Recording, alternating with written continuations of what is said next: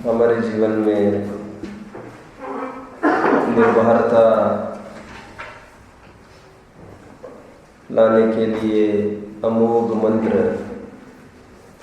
रामबाण उपाय, Panacea of all ills, सर्वज्ञता की सिद्धि और उसके फलस्वरूप क्रमबद्ध पर्याय।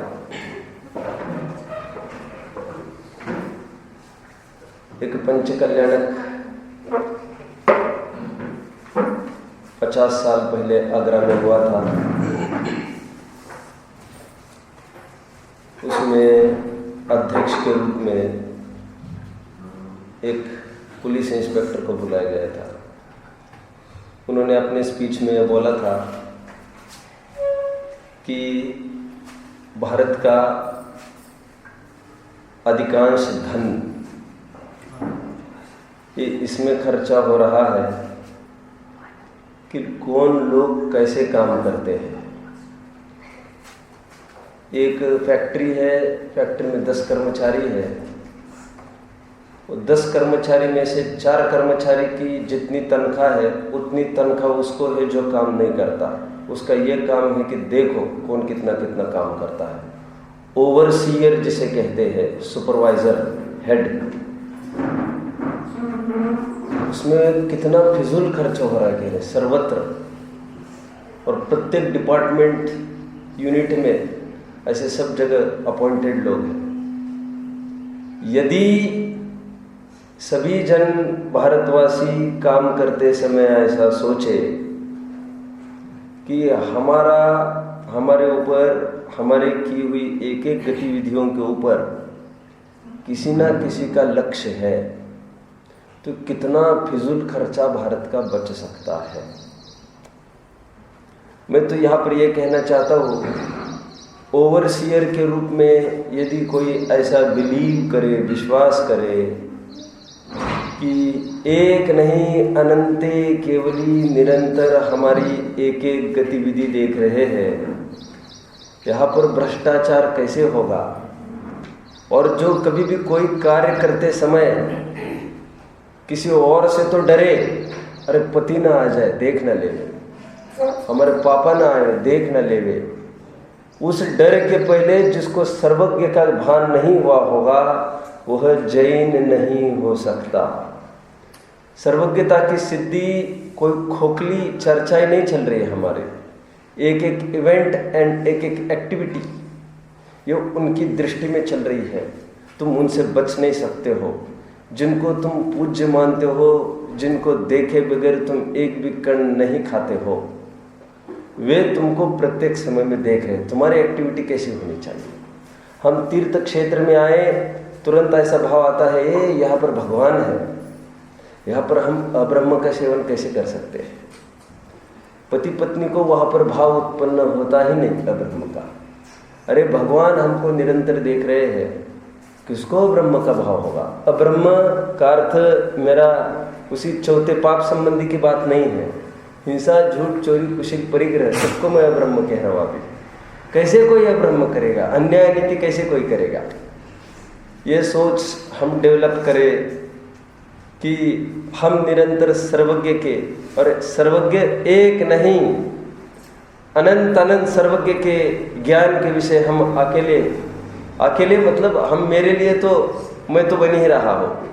ऐसा जानने पर हमारी प्रवृत्ति सहज ही आत्मसन्मुख होगी, हमारे जीवन में सुख शांति उत्पन्न होगी।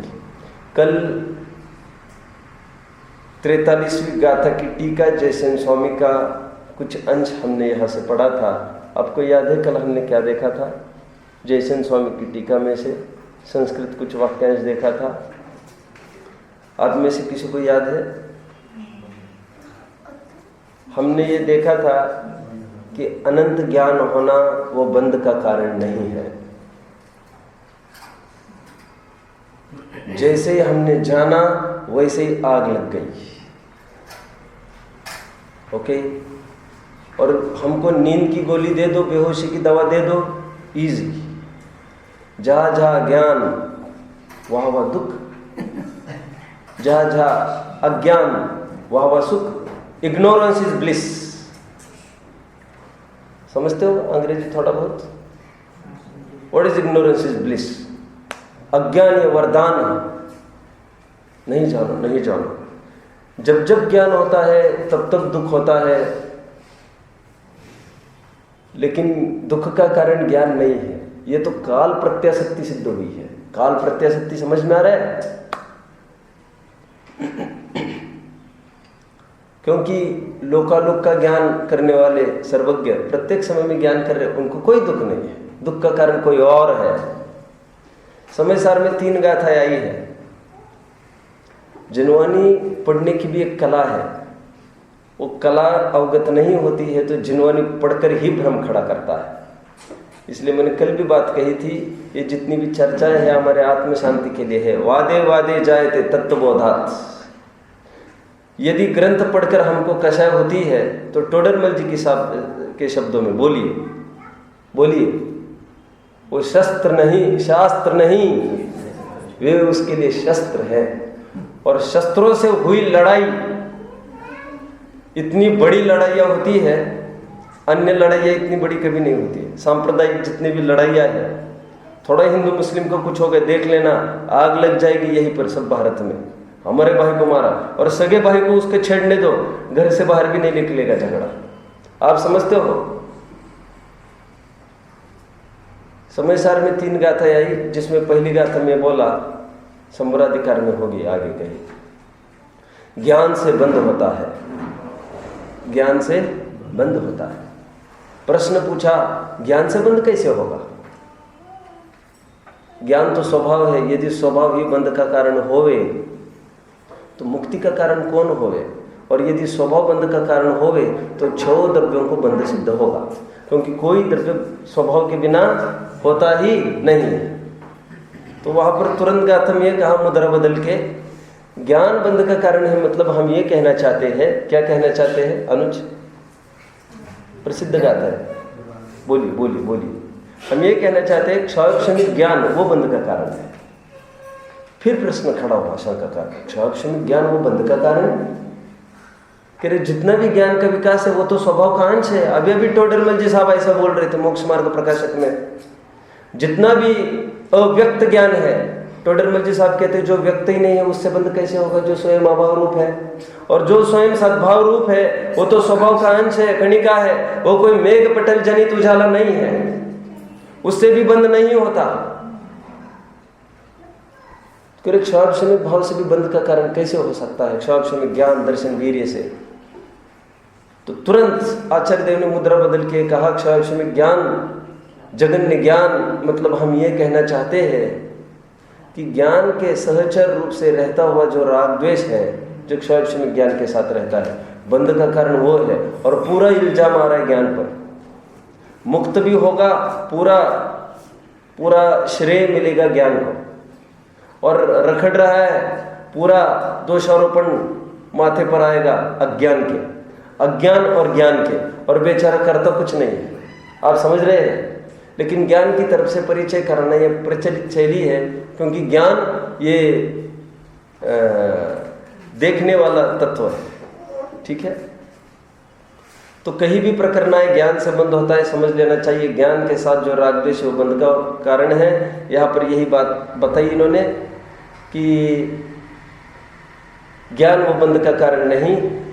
और कर्मोदय से सहित जीव यदि मोह राग द्वेष नहीं करे, कल हमने देखा था मोह राग द्वेष नहीं करे मतलब कौन? हम सभी। यदि हम मोह राग द्वेष नहीं करें कर्म के उदय में, तो हमको यहाँ पर भी बंधन नहीं होता। ठीक है? इसको थोड़ा मैं खोलूंगा। सामान्य तो इतना ही भाव है। पहले तो देखो,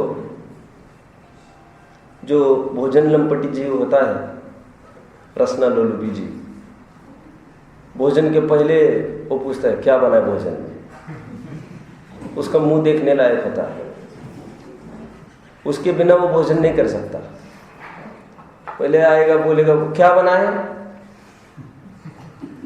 और फिर उसको कुछ भी बोलो उसका टेढ़ा मुंह देखकर अभी वो उसको बहुत तकलीफ है। अच्छा, थाली देखेगा, ये निकालो, ये निकालो। अरे ऐसे लोगों को देखकर इतनी दया आती है, इन लोगों को खबर ही नहीं आ रही। अभी संतोष से नहीं खाओगे तो ये सब निकलने वाला है बहुत जल्दी। और तो यह अपराध है भैया, खाना कोई धर्म थोड़ी है, खाने के लिए जन्म हुआ है क्या? नमक नहीं है, घी नहीं है, पानी, अरे भैया सब कुछ आएगा भाग्य में होगा तो सब आएगा। मैं हमेशा बच्चों को तो एक बात कहा नहीं है मैंने, उपवास कभी नहीं करना जीवन में ज़्यादा लगा तो, लेकिन जैसा आता है चुपचाप खा लेना, बिना नमक का भोजन करना, बिना जैसा भी भोजन आया है लगना, ये तप है, ये कौन समझ सकता है? अरे अनशन से बढ़कर तप है, अनशन, अवमोदर्य, वृत्ति परिसंख्यान, एंड देन रस परित्याग। कैसी महिमा की जा सकती है? हमको तो कोई स्वरूप ही समझ में नहीं आता। हम बहुत ही बेवकूफ लोग हैं, हमने इतना बांध रखा है आज मेरा तप है। तप मतलब वो उपवास को ही तप कहते हैं सब, अभी ध्यान को तप कहते हैं, ये तो बात ही नहीं चल रही आपने, वो भी एक तप है। सम्यक तो क्या मतलब तप हुआ, ये तो बहुत बड़ी बात है, लेकिन व्यवहार क्रियाओं में भी समझ में आता है। कर्मोदय एक तरीका है कि उसमें रिएक्ट मत करो आप, अच्छा बना है, कैसे बना है ये, दैट इज रिएक्शन। स्वास्थ्य की कोई बात हो तो उसमें मुझे कुछ नहीं कहना है, स्वास्थ्य की कोई समस्या हो सकती है तो हम अपने, वो तो बात अलग चलती है पूरी। अरे तो पहले से ऐसा है, मैं तो अभी तो धर्म की रुचि अभी लगी है, पहले भी थी, पहले नहीं थी तब भी ऐसा लगता जो चीज़ अच्छी नहीं लगेगी उसी को खाएंगे पूरा, जो चीज़ अच्छी लगेगी उसको छेड़ेंगे नहीं, बिल्कुल नहीं लेंगे उसको। ये भी सहजता नहीं है, लेकिन मैं तो एक उदाहरण के रूप में डाली है बात को। सहजता तो कोई अलग ही चीज़ है। बाबू भाई जी सभी को पता होंगे, ये अभी वाले बाबू भाई जी नहीं, गुरुदेव के समकालीन बाबू भाई जी थे, उनकी प्रतिज्ञा थी मैं ठंडी रोटी खाऊंगा। अब बुंदेलखंड में जाए हर जगह वही परंपरा, गर्म रोटी की, ठंडी रोटी खिलाएगा कौन मेहमानों को? तो उनको इतने आकुल तो होती थी रोज, तो उनको विद्वान समझा देते, भैया तुमने ऐसी प्रतिज्ञा ली काय के लिए? तुम तो ये प्रतिज्ञा लो जैसा मिलेगा सो खाएंगे। वो तो अलग बात। कायदे से बेचारे तो मुनि भी तो उतरी ही खाते हैं, ठंडी, मुनि को कभी गर्म नहीं मिलनी। तो उनका ये है जैसे मुनि के हिसाब का किया जाता है वैसे ही करो, इजीनेस। लेकिन नहीं हो सकता इजीनेस सामने वाले को इतना, क्योंकि तुम प्री प्लान पूर्वक आए हो। तुम तो अचानक जाओ तब तो कोई बात है, तुम प्री प्लान पूर्वक आओगे तब तो तैयारी होगी। मुनि तो अचानक जाते हैं, तो उनको अचानक मिल जाता है, ठंडा मिलता है फिर उनको। कर्मोदय सबको एक सा होता हुआ भी जो मोह राग द्वेष नहीं करता वो बंधन को प्राप्त नहीं होता। एक महत्वपूर्ण बात, बाहर से हम तीव्र कर्मोदय है कि मंद कर्मोदय है यह हम नहीं पहचान सकते। अनुज अभी बहुत देर चर्चा चली, काफी टाइम चर्चा चली है, 2-5 महीने, और निरंतर उभर के हमको राजमहल मिला है, पुण्य कर्म के उदय से मिला है, ये बात तद्दन झूठी है। हमको झोपड़ा मिला है, पाप कर्म के उदय से मिला है, तद्दन झूठी बात है। विवेक भैया इसको समझने की बात है। बाह्य सामग्री हमको कर्मोदय से मिलती नहीं है अनुज। बाह्य सामग्री में पहुंच कहाँ तक है? मात्र शरीर तक है। 148 कर्म की प्रकृतियों में एक भी कर्म प्रकृति ऐसी नहीं है जिसके कारण आपको बीवी बच्चे रोटी कपड़ा मकान कुछ मिलता होगा। एक मात्र ये शरीर, ये मिलता है आपको कर्म के उदय से। ये माना, ये शरीर है, ये इंद्रिया है, ये अंगोपांग, इससे बाहर की जितनी भी चीजें हैं वो कोई पुण्य पाप कर्म किसे नहीं, वो पुण्य से मिले कि पाप को मिले हैं, वो मिले ही नहीं है, वो तुमको मिले नहीं है। तुमने कैसे जाने तुमको मिले? पकड़ में आ रहा है? गहरी बात है, बहुत गहरी बात है, समझने का प्रयास करो। ऐसा क्यों है कि मुझे कर्मोदय ने, मैं BMW में घूमता हूँ और मेरे बगल वाले को साइकिल भी नसीब नहीं है। मुझे BMW मिली है, उसमें कोई ना कोई तो कर्म का उदय होगा। आपको मिली है, ये आपकी भ्रांत कल्पना है। ऐसा कोई कर्म नहीं है जिसके उदय में बाह्य सामग्री मिलती है। सबको क्लियर हो रही बात? गजब आनंद होना चाहिए, हमको बहुत आनंद होना चाहिए।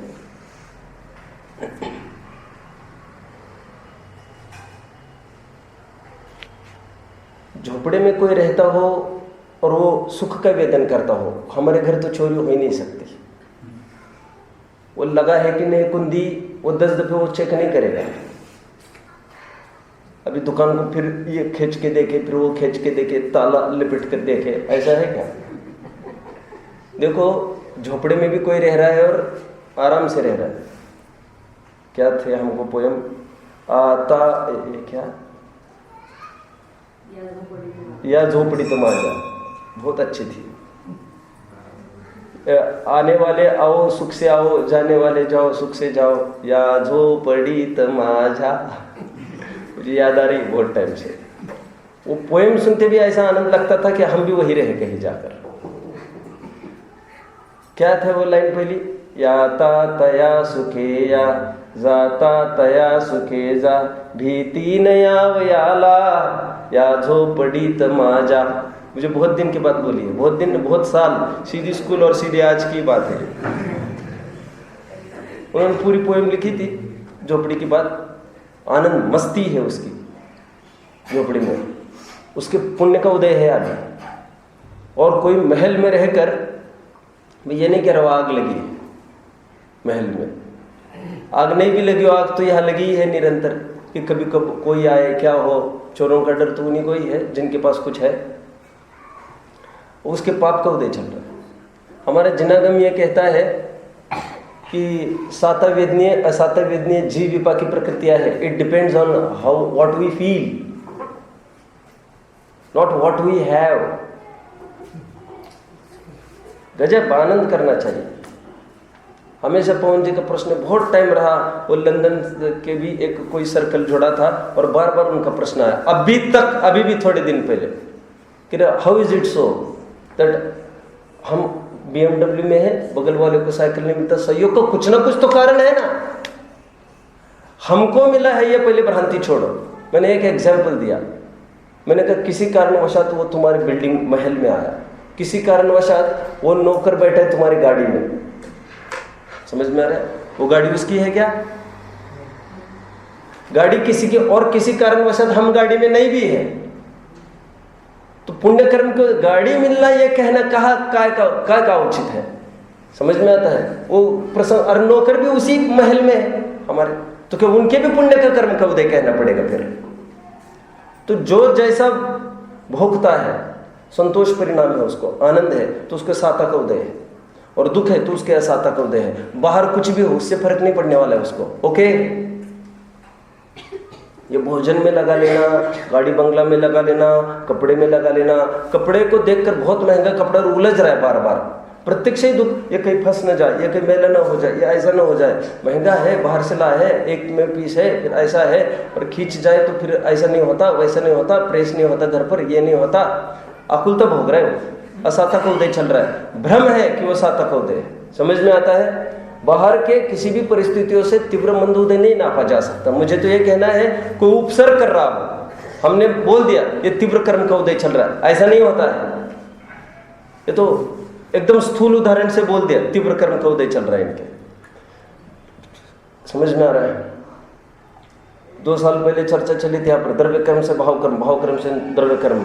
वो बात आपको जची नहीं थी तुरंत, बाद में जची थी कि नहीं मुझे नहीं पता। आज मैं आई विल रिपीट। जहाँ जहाँ क्रोध होता है वहाँ वहाँ क्रोध नामक प्रकृति का उदय है, और जहाँ क्रोध नामक प्रकृति का उदय नहीं वहाँ पर क्रोध नहीं। जहाँ जहाँ भाव कर्म है वहाँ वहाँ द्रव्य कर्म का उदय है, जहाँ द्रव्य कर्म का उदय नहीं वहाँ भाव कर्म नहीं। लेकिन तीव्र क्रोध का उदय है तो तीव्र ही क्रोध होगा, ऐसा नहीं होता। तीव्र क्रोध के उदय में मंद क्रोध हो सकता है, मंद के उदय में तीव्र हो सकता है। यह अपनी स्वतंत्रता है पूरी, इसमें डिग्री टू डिग्री नहीं लगेगा। ये समझ में आता है? नहीं तो पुरुषार्थ का अवसर कुछ भी नहीं रहेगा और फिर हम वो कर्मों की कठपुतली हो जाएंगे। द्रव्य कर्म का उदय आया, लेकिन ही डिडंट रिस्पॉन्ड। जिसको आना हो आए, आना हो आए, वो फल देवे चले जाए, उसको लेकर कोई मोह राग द्वेष नहीं हुआ, उसको नवीन बंध नहीं होता। ठीक है, एक गाथा हुई। 44वीं और 45वीं कोई थोड़ी सी अलग धारा की गाथा है। ये प्रश्न यह स्वाभाविक खड़ा हुआ है सर्वज्ञता की सिद्धि करते समय। ये भगवान के पास दो क्वालिटीज है, एक तो सर्वज्ञता और एक तो उपदेश। सर्वज्ञता तो उनके लिए कार्यकारी है, उपदेश तो हमारे लिए कार्यकारी, इसलिए हमने क्वालिटी बोल दिया। उपदेश का उनको कुछ नहीं होना जाना। समझ में आता है? हमेशा कहते हो समझना और समझाना दो चीजें हैं। समझना मोक्ष मार्ग है, समझाना मोक्ष मार्ग नहीं है। किसी और के लिए मोक्ष मार्ग में कार्यकारी हो सकता है। ये प्लस पॉइंट है, किसी के पास हो किसी के पास नहीं हो, कोई भी बाध्यता नहीं है इसकी। ओके, इसलिए भी मैं कहता हूँ समझाना तो कला है। ऐसा कोई कहता है तो मैं कहता हूँ समझाना कला नहीं है, कला तो समझना है। ये तो लोक में उसको कला कहते हैं समझाने को, लेकिन किसी को समझाना नहीं बने, डोंट वरी। तुम यदि समझ सकते हो तो तुम्हारा काम हो गया है। समझ में आ रहे? क्या कहते हैं श्रीमद जी? पहले ले ही तू उपदेश को, क्या है वो? दे न तू उपदेश को, सबसे न्यारो आगम है यही ज्ञानी का भेष। क्या है ना ऐसा? प्रश्न खड़ा किया है शंकाकार ने, ये जिसको आप सर्वज्ञ कह रहे हो, इतनी चर्चा चल रही है, वे उपदेश देते हैं, घूमना फिरना चलता है, इनका विहार चलता है, भले ही आहार और निहार नहीं चलता है, लेकिन उठना बैठना भी चल रहा है इनका बराबर। उठना बैठना चल रहा है, घूमना चल रहा है और प्रवचन चल रहे हैं। ये ऐसा कैसे संभव है? राग हुए बिना तो काम होगा ही नहीं। कुछ समझ में आता है सबको? प्रश्न सामान्य प्रश्न ये है कि ये वाणी जो हम पढ़ रहे रात दिन वो किसकी है? यदि आप कहते हो ये भगवान की है, तो हम ये कहेंगे भगवान रागी सिद्ध हो गए, और वितरागी की वाणी ही कार्यकारी है, पूर्ण वितरागी के। अभी यहाँ से ऐसा। और यदि आप कहते हो क्या नहीं भगवान तो वितरागी है, उनको तो रागी नहीं होता, तो हम तुरंत ये बोलेंगे फिर रागी ने वचन कहाँ से मुखरित हुए? तो फिर सर्वज्ञ की वितरागता सिद्ध होने में फिर उपदेश सिद्ध नहीं होगा, भगवान का उपदेश सिद्ध नहीं होने में यह सब अप्रामाणिक सिद्ध होगा। कैसा उसने पकड़ लिया है? समझ में आता है अच्छे से? उसने ऐसा पकड़ लिया है कि कहीं से भी निकलोगे वहां से वो उभय दो पास। अब यहां से जाओगे तो यहां से पकड़ लेगा, वहां से जाओगे वहां पकड़ लेगा। कहना है उसका कि वाणी किसकी है ये जो रोजाना प्रवचन करते हैं। यदि आप सर्वज्ञ की कहते हो तो सर्वज्ञ की वितरागता में आँच आ गई, और वितरागता में ही आँच आ गई तो सर्वज्ञता में तो आएगी। और यदि तुम उनको वितरागी कहते तो हम ये कहते तो फिर वे बोले नहीं तो रोजाना ये क्या चलता रहता है तुम्हारा? तो भगवान की वाणी कैसे बोलेंगे उसको? अरे आप समझते हो, जैसे ये मैं बोला तो ये मेरी वाणी, ऐसे बोल सकते हैं कि नहीं? भले असद्भुत उपचार में ऐसे बोल सकते हैं कि नहीं? क्यों? ज्ञान राग तो मेरो मिलो। मुफ्त में आपकी भाषा को मेरी क्यों नहीं बोल रहे फिर उपचरित असद्भुत व्यवहारने से? अरे समझ में आता है क्या? मेरी भाषा को बोल दिया मेरा अनुपचरित सद्भुत व्यवहारने से, आपकी भाषा को मेरा क्यों नहीं बोला? क्योंकि मेरी भाषा में मेरा राग लगा है, आपकी भाषा में मेरा राग थोड़ी लगा है। इसलिए किसी नए से वो संधि घटित हुई। ये समझ में आता है? ये 6 खंड मेरा, कौन से न्याय से? पहले न्याय से। लेकिन तीर्थंकरों के समोसरण विभूति आपत्ति पड़ रही है बहुत, क्योंकि तीर्थंकर का तो वो जो चक्रवर्ती उसका तो राग है सब जगह फैला, तो राग है पहले, तो मेरा कहना भी संभव है किसी न किसी नए से। वो घर मेरा, कौन से नए से? पागल हो गए क्या? नए है क्या ये? वो घर तुम्हारा है ही नहीं, उपचार से भी नहीं है। समझ में आता है? वो कोई नए थोड़ी है।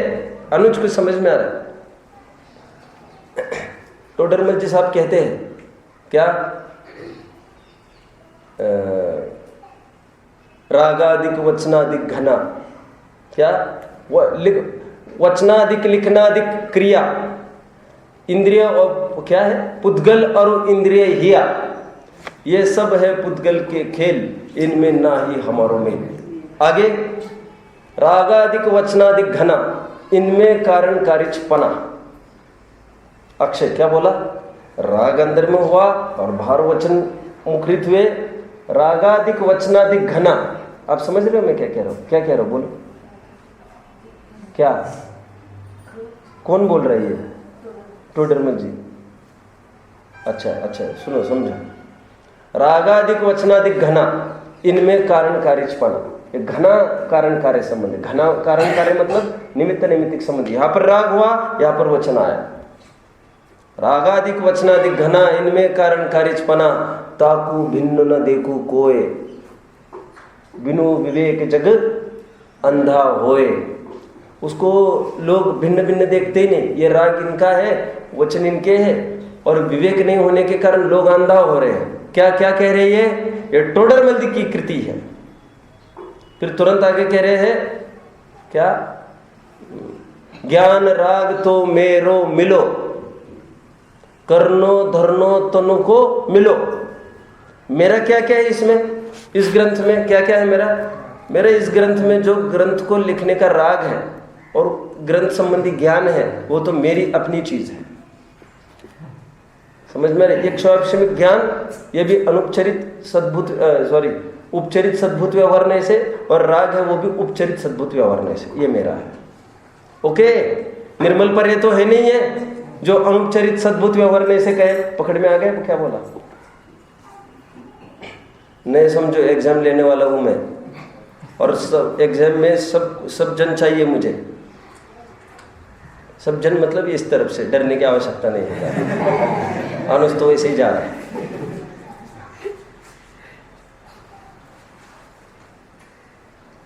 डरने की आवश्यकता नहीं है। और एक आध दिन चाहो तो मैं ब्रीफ आइडिया, पेपर के पहले ब्रीफ आइडिया दे दूंगा आपको, कल पेपर में क्या क्या आएगा, उसका फॉर्मेट क्या होगा। प्रिपेयर तो सभी को करना है, सभी को देना है, उस बहाने फिर से हो जाएगा थोड़ा अध्ययन। कहाँ तक आया, ज्ञान राग तो मेरो मिलो, करनो धरनो तनु को मिलो। कह रहे राग तो मेरा हुआ, और निमित्त नैमित्तिक का ऐसा संबंध है कि जैसे जैसे राग किया वो कंपन हुआ। टोडरमल जी साहब ने पूरा लिखा है उसका, हवा का कंपन हुआ और फिर हाथ हिलने लग गया, और फिर इस अक्षर रूप इसकी रचना हुई है। और फिर वो तो पुद्गल की चीज है, ये तो मेरी अपनी चीज है, निमित्त नैमित्तिक संबंध है इसमें। समझ में आ रहा है। अब यहाँ पर तो निमित्त नैमित्तिक बोल सकते हैं अपन, इसलिए इसी दम पर तो अपन कहते हैं कुन स्वामी की कृति है या अमृतचंद्र स्वामी की कृति है, क्योंकि भले लेखन क्रिया सब पूरी पुद्गल स्कंद है, लेकिन राग जिनका मिला है उनका कर्तृत्व कहने में आता है। समझ में आ रहा है।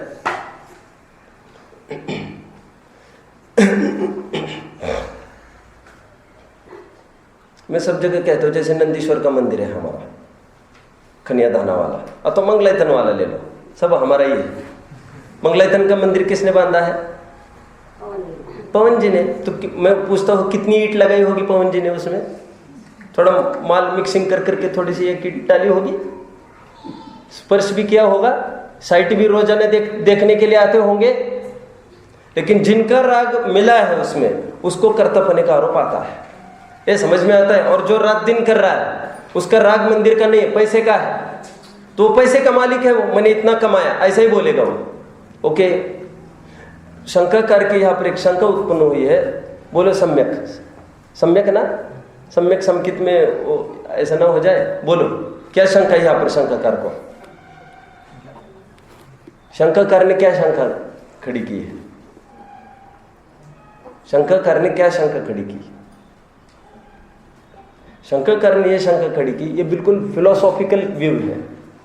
देखो सब शांति से समझो, सुनो, और इसमें पन्नों में कुछ नहीं लिखा है, आपको तो ऐसा बुद्धि से समझना है। सब जितने भी जैनेतर है वे सब भगवान के रूप में जिनको स्थापित करते हैं, वे तो उपदेशदाता आदि स्थापित करते ही है सब।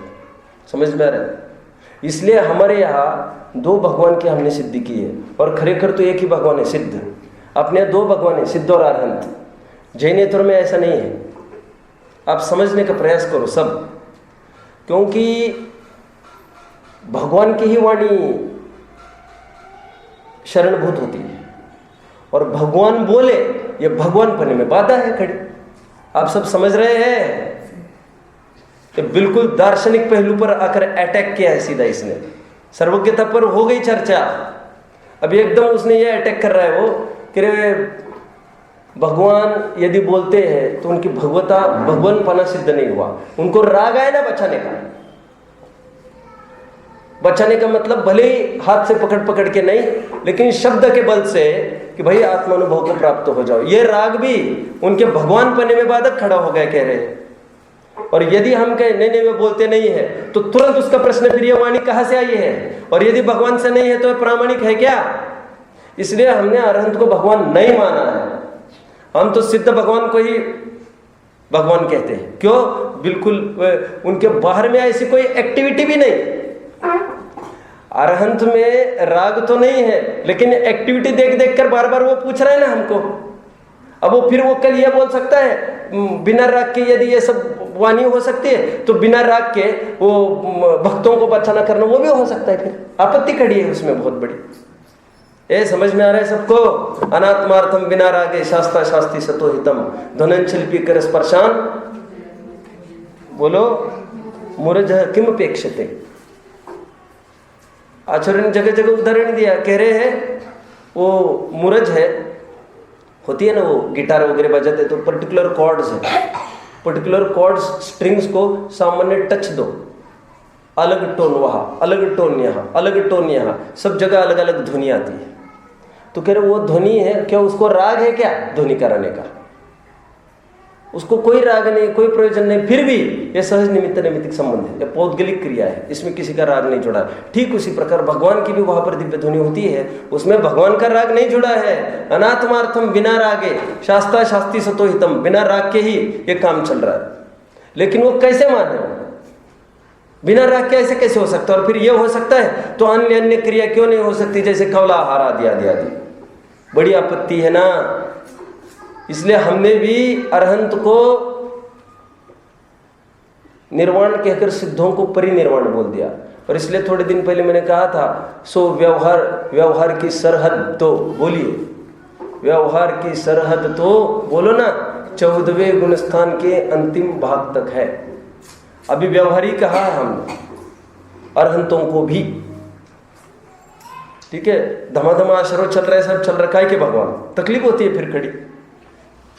हमने कहा देखो आज हम भी कोई नहीं समझता इस बात को, बड़े से बड़ा विद्वान भी, क्या कि राग द्वेष अलग चीज और योग अलग चीज है।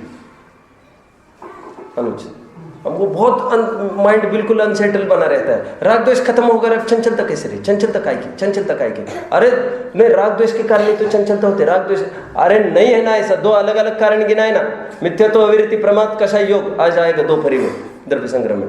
आश्रव के 5 अलग कारण लिखा है, वहां पर कषाय अलग चीज है, योग अलग चीज है। कषाय जाने पर योग कैसे होता है? कषाय जाने पर कैसे होता है? कैसे होता है? कैसे होता है? और यदि आपने कुछ भी कषाय नहीं तो जीव का अपराध कैसे है? और अपराध नहीं होता तो आश्रव होता क्या जीव को? फिर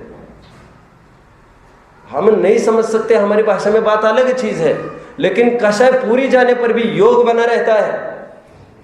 मनोयोग, वचन योग, काय योग, जिसको लेकर आश्रव चल रहा है। अभी शंका करके शंका बार बार वो पकड़ रहा है, बार बार वो कह रहे भगवान की वाणी है क्या? पहली बात भगवान की वाणी नहीं है तो पढ़ते काय के लिए है? और इसको कोई ठीक नहीं रहा। और भगवान की वाणी है यदि बोलते हो तो भगवान रागी सिद्ध हो गए। और सुनो, हमारी ये है सर्वज्ञ की भी चाहिए, सर्वज्ञ भी चाहिए और वितरागी भी चाहिए। सर्वज्ञ नहीं होगा तो उनकी वाणी प्रामाणिक नहीं, और रागी होंगे तो कुछ मिला सकते हैं। बड़ी आपत्ति है, आप समझ रहे हैं? तो यहाँ पर टोडरमल जी, ये अमृतचंद्र स्वामी, कुंदकुंद स्वामी दोनों ये समझा रहे हैं। देखो महिलाओं के जिस प्रकार मायाचारी स्वभाव से प्रवर्तित है, क्या उदाहरण डाल दिया इन्होंने। महिलाओं के मायाचारी स्वभाव से जिस प्रकार प्रवर्तित है, कैसे प्रवर्तित है? उनकी फेस से आप कभी उनका हार्ट नहीं पढ़ सकते, विरक्त हो जाओ।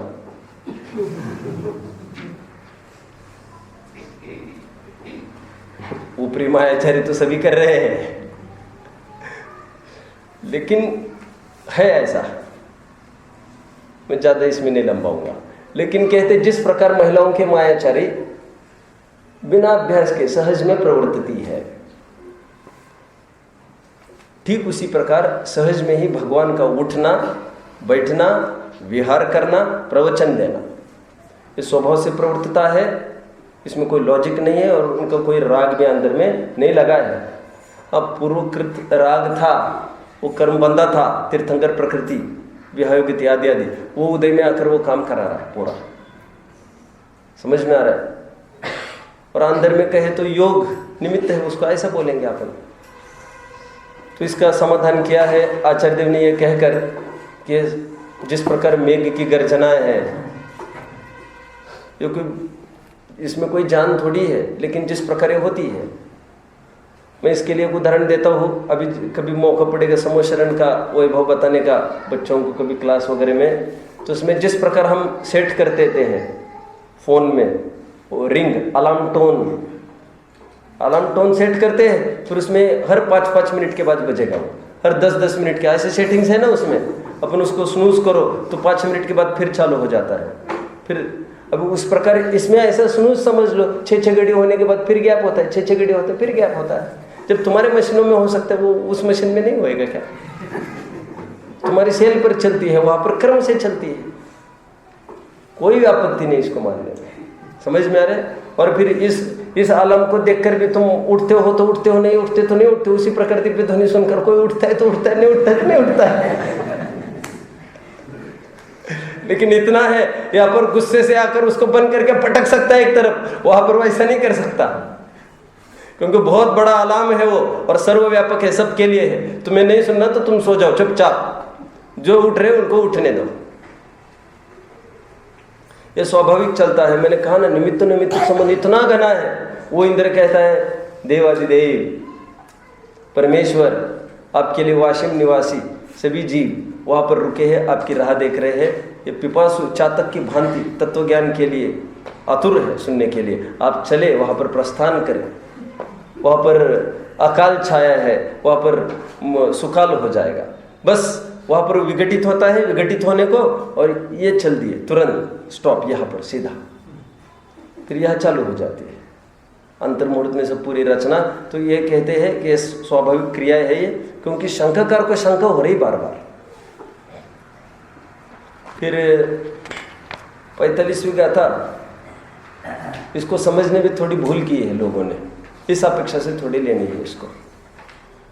पहले ही 2-3 शब्द है, पुण्य फला अरहंता, बहुत प्रसिद्ध है ये। पुण्य फला अरहंता कहकर क्या कहना चाहते हैं वे लोग? ये समझते हैं,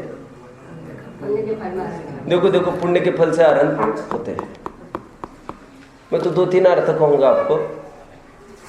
पुण्य के फल से अरहंत होते, पुण्य किए जाओ तो अरहंत पद की प्राप्ति होती है। तो पुण्य को आप है क्यों कहते हो? सीधी बात उनको इतना ही कहना है। और जब अरहंत हो सकता है तो सिद्ध तो हो ही सकता है फिर, क्योंकि अप्रतिपाती है, गिरते थोड़ी अरहंत, वो तो सिद्ध होते ही होते हैं।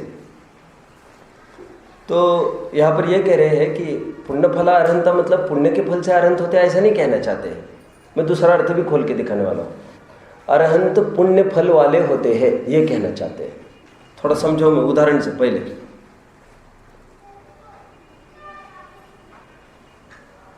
खर्चे से करोड़पति बनते हैं।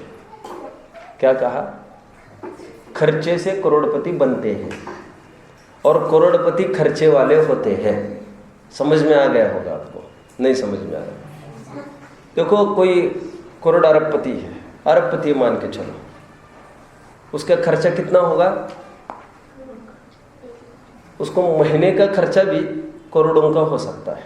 ओके, कोई ये सोचे कि मुझे भी अरबपति बनना है, तो मैं उनका तो कहते अरबपति होना है तुमको, तुम उनका अनुकरण क्या करो? कह बिल्कुल करूंगा आज से। तो उसने देखा ये क्या क्या करते हैं, तो उन्होंने देखा ये 50 गाड़ी खड़ी है इनके सामने। उसने पहले दिन बुक कर दी, मुझे भी अरबपति बनना है, 50 गाड़ी पहले बुक कर दो। और क्या इतने कर्मचारी रखे, कर्मचारी रख दो, इतने ऐसे ऐसे उनके ये है। अरे ये बाहर से जो तामझाम दिखता है वो अरबपति होने का उपाय नहीं है, वो वे अरबपति है इसका वो लक्षण है, चिन्ह है।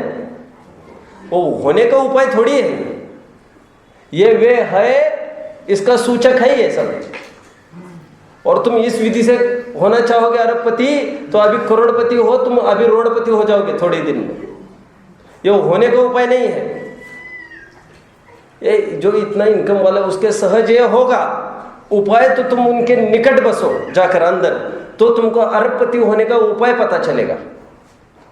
फैक्ट्री खड़ी कर रहा है, वो इन्वेस्ट कर रहा है, वो बड़े, वो उपाय वो है उसमें, और साथ साथ इतने खर्चे चलते हैं बाय चांस। ठीक है, अरहंतों के पुण्य से अरहंत पद नहीं मिलता, लेकिन अरहंत पुण्य वाले होते हैं, उनके सहज पुण्य फलता है अरहंतों के। यहाँ पर अरहंत मतलब कौन लेना, वैसे तीर्थंकर। और एक प्रकार से वो जो पूछ रहा है वो ठीक भी है। वो यदि अर्थ ऐसा लगा ना पुण्य के फल से, तो पुण्य के फल से ही तो तीर्थंकर प्रकृति बनती है, और क्या होता है। लेकिन अरहंत मतलब तीर्थंकर, और तीर्थंकर मतलब बाह्य ताम झाम की बात है हमारी, वो पुण्य से ही होता है सब पूरा। लेकिन चाहे जिसके पुण्य से नहीं होता, सम्यक दृष्टि के पुण्य से बनता है वो सब। समझ में आता है। गेहूं आने के लिए तो गेहूं बोना ही है, लेकिन घास उगने, यदि तुमको घास भी चाहिए तो तुमको घास बोकर घास आएगा क्या? और वो तो गेहूं बोएगा तो गेहूं आएगा, और गेहूं बोएगा तो फिर वो घास भी आती रहती है, घास फूस को क्या है। लेकिन घास फूस आने के लिए नया उपाय कुछ नहीं है, वो गेहूं ही बोना पड़ता है। यद्यपि ये बात दूसरी है, घास फूस के लिए कोई आज तक किसी ने गेहूं नहीं बोया है। और कहते समय बोलो खेत में क्या है आपकी बार, तो कहता क्या है, वो 50 क्विंटल गेहूं बना है आपकी बार।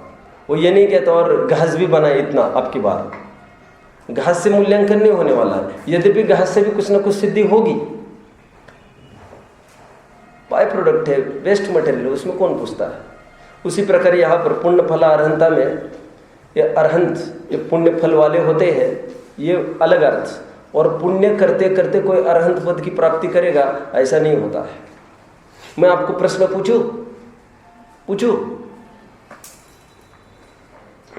स्वर्ग में देव क्यों जाता है, देवगति में कोई जीव क्यों जाता है? एक कारण देना, कोई दाव पेच नहीं है इसमें, फटाफट बोलना सब। पुण्य करने से। अभी थोड़े में अपने इतना इजी कर देंगे इसको, ओके। पुण्य करने से देवगति जाता है। सर्वर सिद्धि क्यों जाता है? पुण्य से जाता है। कहने को तो ऐसे ही कहते हैं ना अपन, सर्वर सिद्धि जाएगा, 9 अनुधीश जाएगा, 5 अनुत्तर जाएगा। किसके बल पर जा रहा है? पुण्य के बल पर जाएगा। लेकिन किसका पुण्य, किसका? चाहे जिसका पुण्य थोड़ी, तो फिर ये भी कहने में आएगा सम्यक दृष्टि के ही ये जाता है। यहाँ पर सम्यक तो से ही ये पद मिलते हैं भैया। कौन से? 9 अनुदिश और 5 अनुत्तर। नारायण, पृथ्वीनारायण, बलभद्र, ये शलक आदि, ये पुरुष, ये सम्यक्ति को ही होते हैं। सम्यक्ति को होते हैं मतलब सम्यक्त के काल में जो शुभ भाव हुआ था उसके कारण है ये। क्योंकि शुभ भाव कहने में एक आपत्ति है ना खड़ी, फिर अन्य के शुभ भाव के कारण तीर्थंकर प्रकृति क्यों नहीं बनती? 9 अनुदिश 5 अनुत्तर में क्यों नहीं जाता फिर? तो सम्यक्त ही जाता है। क्यों कह रहे? सम्यक्त जाता है, लेकिन सम्यक्त के कारण नहीं, सम्यक्त के साथ जो शुभ भाव है उसके कारण जाता है। ओके, ये 45वीं गाथा भी हमारी हुई। अभी लेकर 52 गाथा तक, 52 तक कोई विशेष प्रकरण नहीं है, पूरे ज्ञान की ही महिमा आई है। थोड़े में एक गाथा ट्विस्ट करके डाल दी है 46वीं। ये कहते यदि संसार ही सिद्ध नहीं होगा, कह रहे संसार को यदि सर्वथा माने ही नहीं तो कितनी आपत्ति खड़ी होगी। क्योंकि ऐसा तो है ही नहीं, कह रहे शुद्ध निश्चय से जिस प्रकार राग नहीं है उसी प्रकार अशुद्ध निश्चय से भी राग नहीं है, ऐसा कहोगे तो बहुत बड़ी आपत्ति खड़ी होगी। इसलिए हे जीवो, अनादि का जीव अशुद्ध है ऐसा मानो। ये बीच में एकदम ट्विस्ट करके प्रकरण डाल दिया है, इसका कोई ताल्लुक नहीं है प्रकरण के साथ। और फिर यह गाथा होती तुरंत अपनी कंटिन्यूटी में जुड़ गए हैं और फिर सर्वगीता की चर्चा करने लग गए। समझ में आ रहा है? तो थोड़ा सैंपल दिखाओ आपको। आइए 46वीं गाथा देखिए। भावार्थ, जैसे शुद्धने से कोई जीव शुभाशुभ भाव रूप परिणमित नहीं होता, उसी प्रकार यदि अशुद्धने से भी परिणमित न होता हो तो व्यवहारने से भी समस्त जीवों के संसार का अभाव हो जाए और सभी जीव सदा मुक्त ही सिद्ध हो जाए। किंतु यह तो प्रत्यक्ष विरुद्ध है। मिल रहा है? यहाँ पर पूरा जोर पर्याय की अशुद्धता को डालने के लिए लगाया जा रहा है। यह समय सार नहीं है, यह प्रवचन सार, यह हमको ध्यान में रखना चाहिए। लेकिन इसका प्रकरण के साथ कुछ भी ताल्लुक नहीं था, तो तुरंत टीकाकार अपनी तरफ से बोलते हैं। अब पुनः 47 की उत्थानिका देखो। अब पुनः प्रकृति का चालू विषय का अनुसरण करके अतीन्द्रिय ज्ञान को सर्वज्ञ रूप से अभिनंदन करते हैं। जो विषय चल रहा था उसको फिर से कंटिन्यू करते हैं। मतलब एकदम ट्विस्ट वाली गाथा डाल दी है बीच में। समझ में आता है?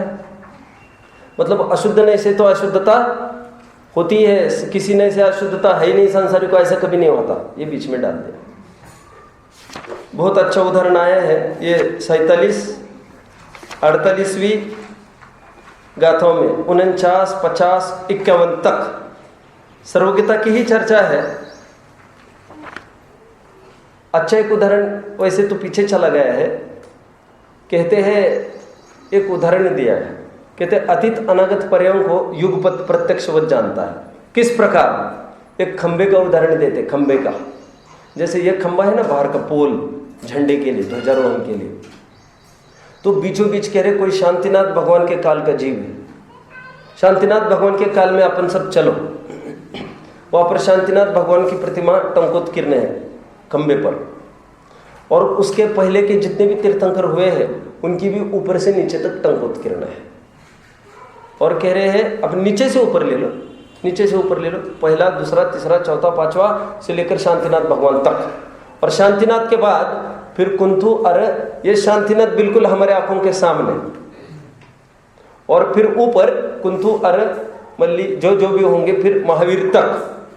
कह रहे शांतिनाथ भगवान के काल में स्थित जीव को जिस प्रकार ये 24 तीर्थंकर एक साथ दृष्टिगोचर हो रहे, एक साथ दिख रहे कि नहीं, एक खंबे पर 24, ये भी उपचार का कथन है। तो उसी प्रकार भगवान को आने वाली पर्याय और अतीत पर्याय, युग पर, वर्तमान पर्यायवत प्रत्यक्ष दिखाई देती है। समझ में आ रहा है? और उसी के बल पर तो आगामी 24वीं, फिर क्योंकि 24वीं हम पूजन करते हैं बेरोक टोक बेहिचक के निशंक होकर महापद्म होने वाले, काय के बल पर बोल रहे हैं आप? ये सर्वज्ञता भाई ग्रंथ में बात है, ग्रंथ में बात है, प्रामाणिक है, प्रामाणिक है। जानते हो आगामी 23 तीर्थंकर हुए, 23वें वो समंत भद्र का जीव होने वाला है। फिर हम इस बल पर क्यों बोल रहे हैं? सब ये सर्वज्ञ की वाणी है, और वे जैसा जानते हैं वैसा उन्होंने बोला है। ठीक है? बोलने में महत्वपूर्ण बात क्या? उनका राग नहीं लगा है। तो राग खड़ा होता है यदि, तो फिर आपत्ति खड़ी, उनका भगवान पन्ना सिद्ध नहीं होना है फिर, और भगवान पन्ना सिद्ध नहीं होगा तो सब गया है। कौन मानता है फिर बात को? सर्वज्ञ भी चाहिए और बोलने भी चाहिए। अभी सर्वज्ञ सिद्ध है और वे बोलते कुछ नहीं है, तो हम कहां से कुछ समझते फिर?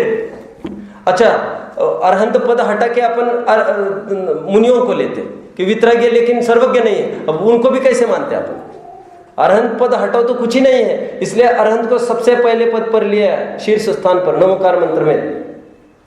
समझ में आ रहा है? वो तीर्थंकरों की मुख्यता से लिया है अरहंतों को पहले स्थान में, क्योंकि उनसे हमको बोलो तीर्थ की प्रवृत्ति होती है उनके निमित्त से। ठीक है? 66 दिन लोग वहां पर आते रहे समोशरण में, लेकिन यूजलेस था वो समोशरण। यूजलेस मतलब प्रयोजन की तो कुछ ही सिद्धि नहीं हो रही, जिसके पीछे असंख्य जीव आ रहे, क्या हो रहा है काम यहाँ पर? और अब जाकर वो दिव्य ध्वनि खिरी, अब वो काम होने लग गया है सब पूरा। दिव्य देशना की इतनी महिमा है, आगे स्वयं में बोलने वाले गाथा आएगी कुछ। ये निमित्त कौन है? केवल ज्ञान हुआ उसमें। एक सहजी बात आई है 49वीं गाथा की टीका में। मैं तो शैलिया आपको थोड़ी परिचित कराऊं। एक महत्वपूर्ण बात भी बतानी थी वैसे, आज उसको बताऊं तो फिर मैं सीधा कल सुख अधिकार प्रारंभ होगा 53rd गाथा से। ये 51 गाथा देखो जरा, खोलो 51st, देखिए बहुत सुंदर गाथा है ये। देखो कैसे एक्सक्लेमेटरी रूप में बोला गया है। तीनों काल में सदा विषम सर्व क्षेत्र के अनेक प्रकार के समस्त पदार्थों को जिनदेव का ज्ञान एक साथ जानता है। अहो ज्ञान का महात्म्य देख रहे हैं, मूल गाथा में पढ़ा है अहो ज्ञान का महात्म्य। उनको सब कुछ दिख रहा है। अहो ही ईणाणस महापम, ये मूल गाथा देखो प्राकृत, उनको सब कुछ युगपत प्रत्यक्ष हो गया है। हमारी पूरी नींव ये भगवान ने उपदेश दिया, ये सर्वज्ञता की सिद्धि पर है। और पहले इसलिए सर्वज्ञता सिद्ध करते हैं कि सर्वज्ञ नाम की कोई वस्तु है। कितना बल लगाया है समझ में आता है सर्वज्ञता की सिद्धि में। मात्र सर्वज्ञ है कहकर काम नहीं चलता। भगवान कैसे है, क्यों है, क्योंकि वो स्पष्ट कितने बोले, इंद्रियों से जानेगा तो युगपत कैसे जानेगा, फिर अधीनता रहेगी, उसकी अधीनता रहेगी, उसकी अधीनता रहेगी, और अधीनता रहेगी उसमें परमेश्वर पाना, कहाँ टिकना। ठीक है, फिर विशेष सर्वज्ञ सिद्धि होगी। स त्वमेवासि निर्दोषो युक्ति शास्त्रा विरोधी वाक, विशेष सर्वज्ञ सिद्धि। अब तो मीमांसा की कार्य का बोली है। फिर महावीर का नाम बोलो, आप आदिनाथ का बोलो, उसमें हमको कोई झगड़ा नहीं है। पहले तो ये सिद्ध करो सर्वज्ञ नाम की कोई चीज भी है क्या, कि फालतू उड्डाने चल रही है काल्पनिक। भगवान भगवान के नाम पर सब कुछ ठोकते जा रहे हैं, ऐसा चलेगा क्या। वे भी भगवान को मानते, ये भी भगवान को मानते हैं। तीर्थकृत समय नाम च परस्पर विरोधतः सर्वेषाम आपतता नास्ति कश्चित एव भवेत् गुरु। सब जन अपना अपना दावा कर रहे हैं, हम तीर्थंकर हैं, हम तीर्थंकर हैं। तीर्थकृत समय नाम च, क्या बोला मैंने, तीर्थकृत समय नाम च परस्पर विरोधतः, लेकिन सब विरोध को प्राप्त हो रहे हैं। क्या सभी दुकान वाले बोल रहे हैं हमारे दुकान का माल सच्चा है, अच्छा है, और सभी दावा ये करते हुए किसी का माल एक सरीका नहीं है। सबका एक सरीका नहीं होते हुए भी एक पक्की बात है, इसमें से कोई एक ही सच्चा हो सकता है, मतलब क्योंकि माल एक सरीका होता ना। फिर समझ में आ रहा। यदि कपिलादि सर्वज्ञो, यदि कपिल सर्वज्ञ है तो बुद्ध सर्वज्ञ क्यों नहीं, यदि बुद्ध सर्वज्ञ है तो कपिल सर्वज्ञ क्यों नहीं, और यदि दोनों सर्वज्ञ है तो दोनों में मत भिन्नता क्यों है, हमको बताओ। ऐसे छंद लिखा विद्यानंद आचार्य ने। यदि कपिल सर्वज्ञ है तो बुद्ध क्यों नहीं, यदि बुद्ध है तो कपिल क्यों नहीं, और यदि दोनों है तो दोनों में मत भिन्नता क्यों है। लोग कहते हैं ना सब एक ही बात है, एक ही बात है। अरे एक बात होते तो इतने संप्रदाय होते क्या। फिर एक से लगते हैं ब्रह्म में, वो मूल में क्या डिफरेंस है वो आपको समझना पड़ेगा।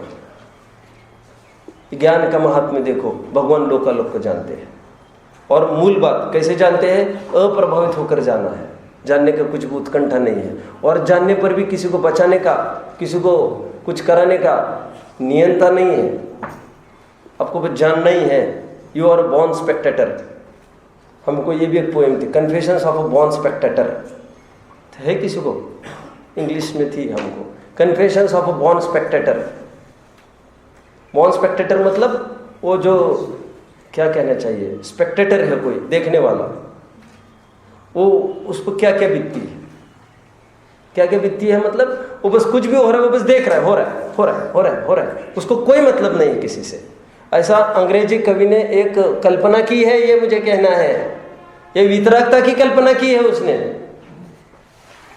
स्पेक्टेटर, बस बने रहो, तमाशगीर, जो हो रहा है होने दो, हो रहा है होने दो, होने दो। समझ में आ रहा है। हमने नाटक किया तो बहुत छोटे थे,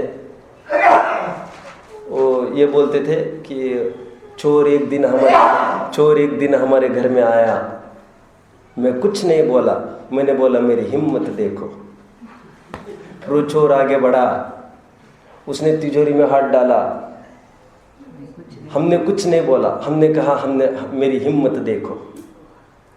वो माल लेके जा रहा है, हमने कुछ नहीं कहा, हमने कहा हमारी हिम्मत देखो। तब तो कुछ नहीं समझते थे। वो जान रहा हो, देख रहा हो, ये पुस्तक है रतनचंद जी की, यही उसमें लिखा है। सब जानते ही देखते रहोगे तो सब लुट जाओगे। लोग ये कहते हैं, अरे लुटने के लिए क्या है हमारा बाहर। समझ में आ रहा है। ये ज्ञान का प्रकरण पूरा हो गया है। एक शब्द ऐसा डाल दिया है, आत्मा में निखात हो गया है। ऐसा ज्ञान में एक एक गे खचे हैं नहीं बोल रहे मात्रा भी। एक नया डाल दिया है इन्होंने 49वीं गाथा की टीका में, खोद कर, क्या बोल रहे, खोद कर भीतर गहरा उतर गया है। खरे गे क्या हो गया है, निखात हो गए। निखात मतलब वो खोद कर ज्ञान में वो एकदम गहरा उतर गया है, मतलब अभी उसको संभव नहीं आना, हो गया, काम हो गया। सिल्वर फिलिंग किया है तो उसमें कुछ किया जा सकता है, रूट कैनाल हो गया है, अब कोई अवसर नहीं, अब दांत हटाना पड़ेगा तुम्हारा। आप समझ गए? अभी कुछ नहीं किया जा सकता, क्यों? वो दब गए हैं पूरे। समझ में आया? चलो, समझ तो ऐसे हो गए हैं। कल से 53वीं गाथा से प्रकरण आगे बढ़ेगा। समझ लो सब, हमारा दूध आता है, दूध आप ये प्रयास करें सब धोकर लाए, अपना पानी लेके जाए, और जो उसका पानी पहले वो उसके पानी से थन नहीं धोए, उसके पानी की लगार नहीं चाहिए उसमें बिल्कुल। हमारा पानी ले जाए, उसके हाथ पहले हम धोए, उसके बिना वो बर्तन को नहीं छुए आपने। इतनी ऊपरी स्वच्छता अपने को रखनी पड़ेगी। और फिर अपने पानी से वो धुआएगा थन को, और फिर कपड़े से पोछेगा, क्योंकि वो कई जगह तो वो चौकती भी है उनके बछड़े, तभी तो दूध देते हैं गाय, तो लगार बिल्कुल नहीं रहनी चाहिए उसमें। और फिर अपने जो बर्तन लेके गए हैं साफ, तो उस बर्तन में दूध आएगा। और शाम को दूध आने वाले, सूर्यास्त के काफ़ी पहले, परसों रात में दूध आया है आपका, और दूध नहीं आता है तो अपन को उस दिन दूध नहीं लेना। आप यहाँ के सर्वे सर्वा हो, आपको देखकर सब काम चल रहा है यहाँ पर, और काकी जी को चलता है, क्या दिक्कत?